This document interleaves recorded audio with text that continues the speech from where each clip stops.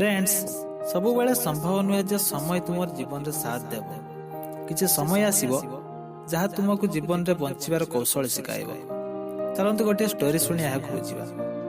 दिनकर कथा ए कहानी दुई जन पुओंकर। जने पुओ अंध जे देखि पारे नाही आ भिक मागे। अन्य जन पुओटी गोटे ऑफिस रे काम करथिला जेउटी केही भी ताकू चिडुथिले। प्रत्येक व्यक्ति ताऊ निकमा भावंती। तांकु लागे यदि किछि भी काम हबनी। दिने सही अंध पिलाटी गोटे बड़ ऑफिस रो सामना रे बसी भिक मागुथिला। जाहि तार नितिदिनिया काम थिला। सामने रे गोटे थाली रखिथिला। किछि लोक आसुथिले, किछि पैसा दे चल जाउथिले ओ बहुत लोक ताऊ देखुथिले किंतु किछि न देखला परिया चल जाउथिले। सेम ऑफिस बिल्डिंग रे अन्य पुओटी जे कि ऑफिस रे काम करथिला तार ऑफिस सेट थिला।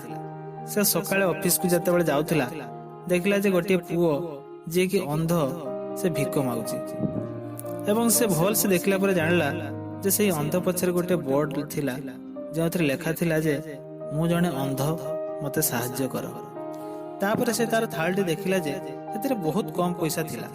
भाबिला बहुत अजब लोक माने जो बोर्ड रो सहाय्य निहाती दरकार ताऊ केही हेल्प करनाती। बहुत कम पैसा दैछाती। से बोर्ड रे जहा लेखा हैतिला सेतिके से लिभे देई ता मन को पाइला भलिया किछि लेखि देला एवं किछि दान कर दे किछि ऑफिस को चली गला। तापर से जाई ऑफिस रे पहुंचला। सेठर जेमिति सब दिन कटे सेमतिया कटला।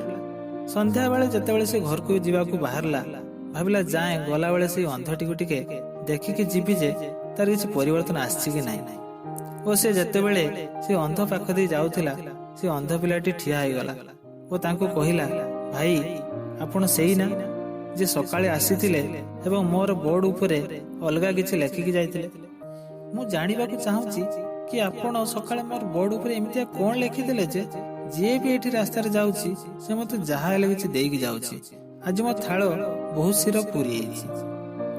तापर से ऑफिस वाला पुओटी कहिला, जहा तुम बोर्ड रे लेखा थिला कि मु जने अंध मते सहाय्य कर ताको मु लिभे देकी लेखि देली जे आज होउची एक सुंदर दिन किंतु मु ताको देखिया पई असमर्थ।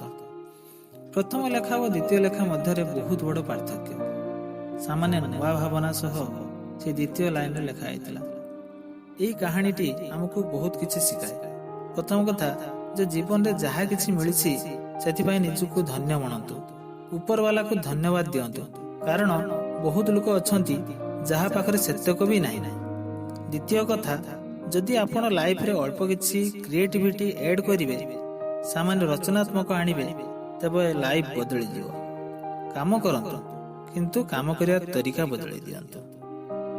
जदि कहानीटी आपनको भल लागि थाए प्लीज शेयर एंड सब्सक्राइब करिवे।